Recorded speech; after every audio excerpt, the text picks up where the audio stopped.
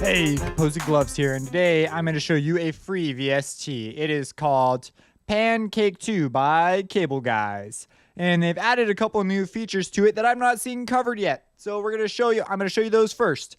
So it's an automatic panning plugin, but what's really cool is this ability to send MIDI notes and control basically ring modulation. So if I turn this off, this is the sound we have.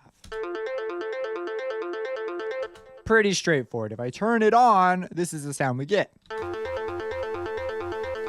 So, oh, that's kind of a cool sound. And now what I've done is I've configured a MIDI plugin to talk to this plugin. So now if I play notes on this plugin, it's going to change the rate at which it modulates. So if I play it,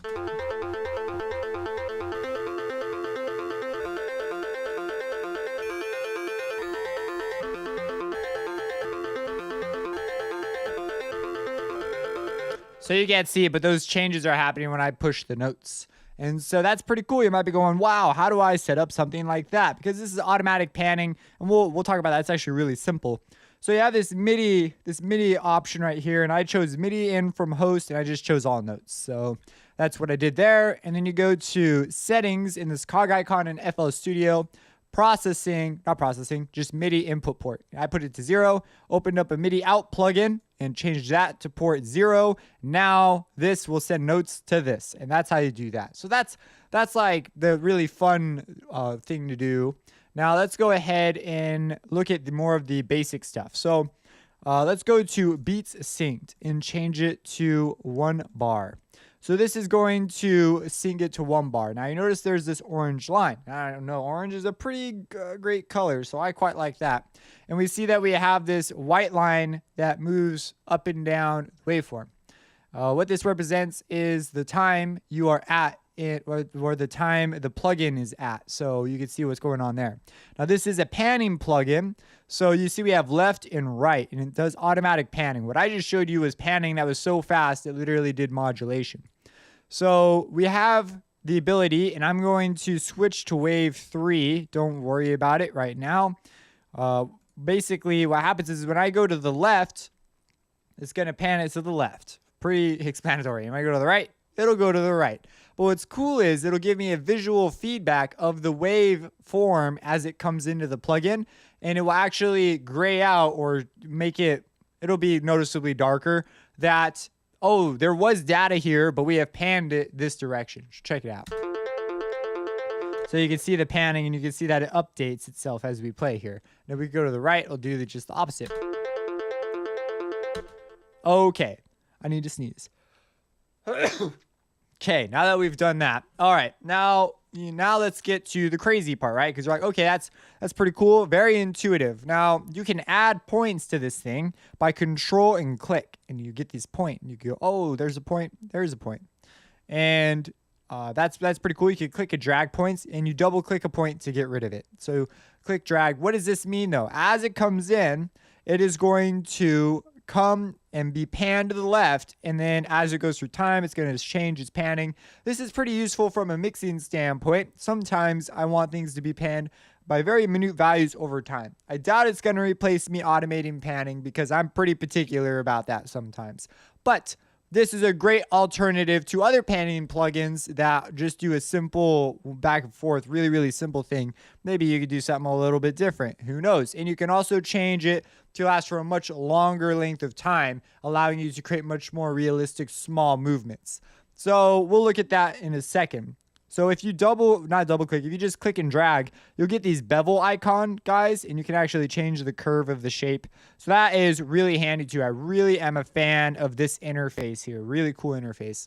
So as I play it, we will hear it get panned this way and this way. And you can see the shading appropriately on the waveform to show you what the plugin has been doing to your waveform.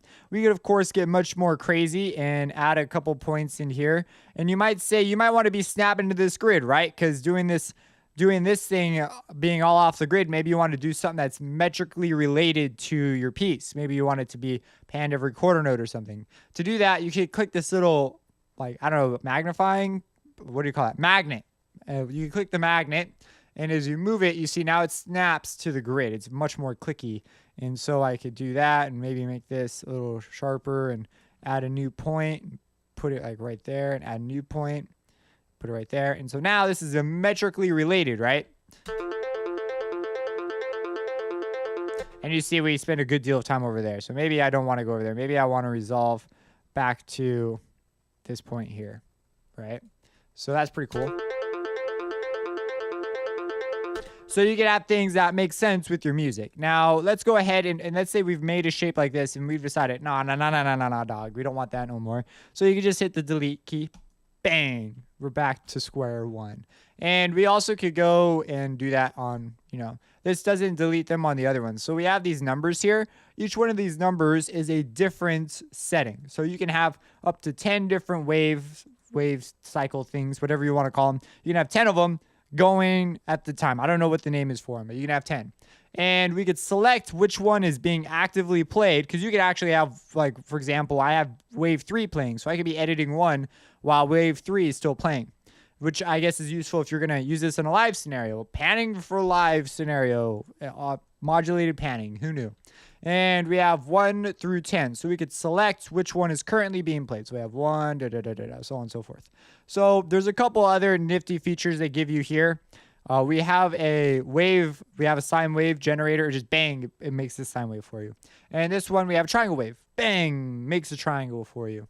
And we also have this randomize. So we can actually randomize it. It will randomize your points. So you see right now, it's only got 2 points to work with. So it can only get so crazy, okay? We need to give it a couple more drugs if we wanted to go a little wild. So I'll just add, in a bunch of points. And then, bang, man, now we're talking. This is freaking, now we're talking. Okay, so that's pretty wild. And if we set this back to the pitch rate, it will actually affect it, because when I was playing the pitch, it was running through this as sort of the wave we were using. So if I were to play it now,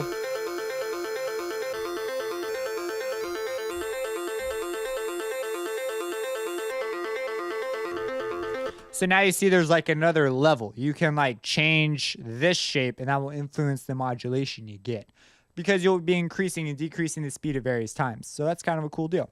Now we have these different sync options. So, all right, I've been putting it on beats synced and then 1 bar.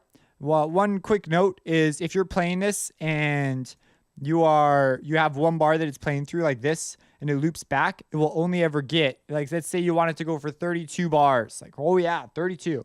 Well, if we play it from the pattern menu, it will never get past this first bar. See, it restarts. It intelligently knows. It's like, hey, I saw that. And so in order to make it do, what you kind of expect it to do, you have to actually be playing it, and like it has to continuously go for real. So that's what's going on here. We have it in a song, and it will play past the first bar. Like, it will keep going. So you can see now it works according to our desires. And that's what I was talking about. So we can add in, you can also, I did not know this even existed. Wow, that is so cool. You could show triplets. Look at that. Don't worry. There's secrets for you to discover as you mess with this. But as you see here, we can move points and add points and very small moves over time, right? And these can be super, super tiny moves, but they can add to the realism of your panning over time. Instead of having something that repeats over and over and over, you can do something like this for 32 bars, which is a long time. Unless you're moving at 800 beats per minute, then it's not that long. But that's pretty cool. Now, being beat synced, it's exactly what it sounds like. It's syncing it according to what we set here. So right now, we're at 1 bar. They even give you, I believe these are time signatures, but kind of an interesting deal. But what's really cool is when you can also do modulation via this route. So we could go 1/128th notes.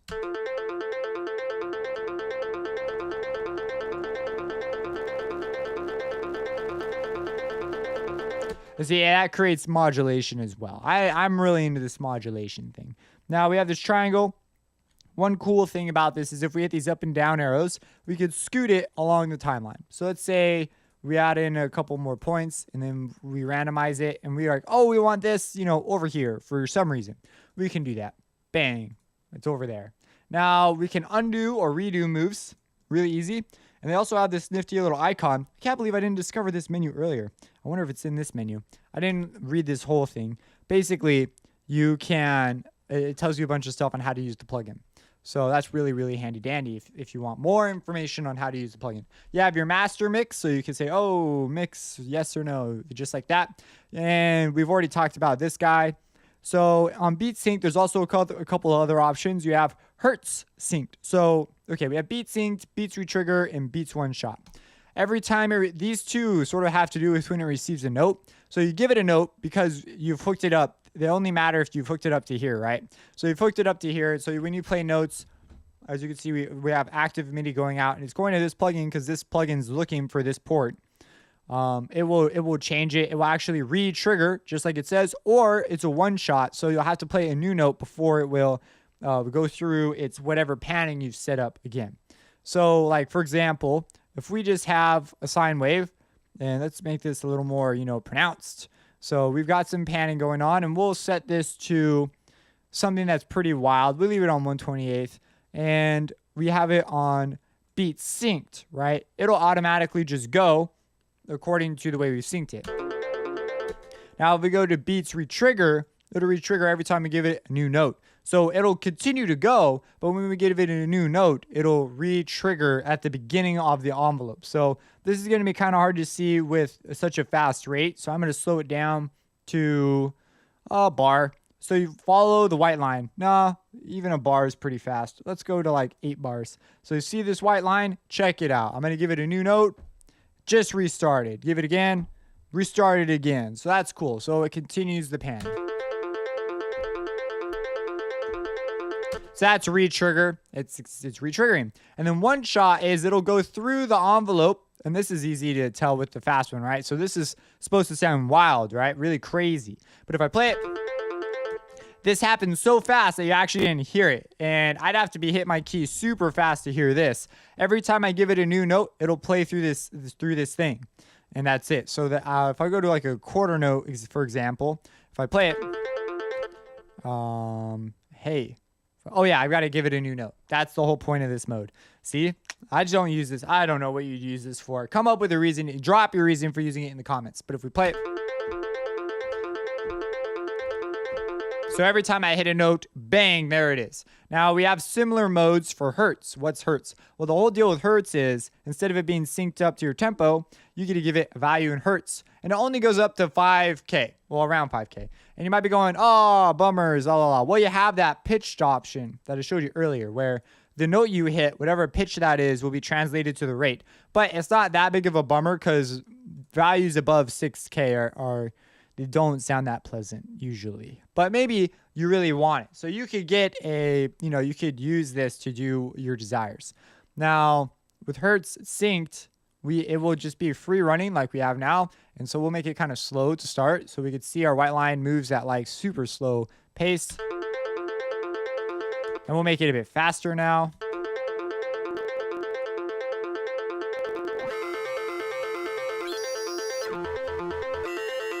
So a very similar thing. Now we got retriggered, same deal. If I hit a note, it will also change. It'll re-trigger. So it's gonna be easier to see slow. Let's go slow. So you see it re-triggers, and then of course one shot.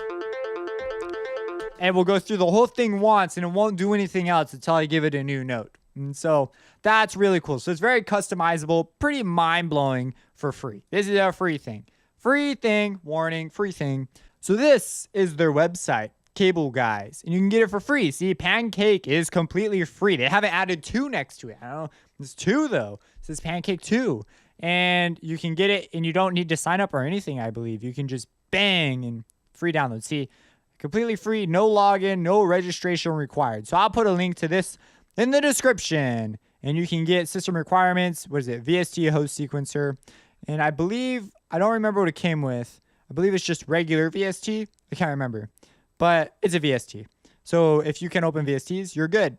We also have a VST or an AU. So if you use audio units, so you're good for that too. If you have any questions, let me know. This is really cool for just texture. Maybe you wanted to just sort something in a parallel bus and use it, or maybe you just want to use it as a regular automated panning plugin. lots of options, sort of an interesting way of going about modulating your signal with panning. And oh, I don't believe I talked about this last setting. We have this step setting. What the step setting does is it allows you to draw modulation in by steps. Now, this could sound cool even without crazy fast modulation. For example, because the step is happening so rapidly, it's basically like, oh, over here, over there, over there, over there. It's going to sound like clicking, and it can create a very rhythmic element to your track. And let's go ahead and set it to beats synced, and we'll put it at 1 bar. So, right, this is going to be a bar. These are essentially, 16th notes. And we're going to set it to wave 1, because that's the wave we're on. Pretty cool. Let's put it up faster, and now we'll get a very distinct kind of modulation. Yep, that's the kind of modulation I want on my tracks. That's the stuff, man. If you want to make a hot killer beat.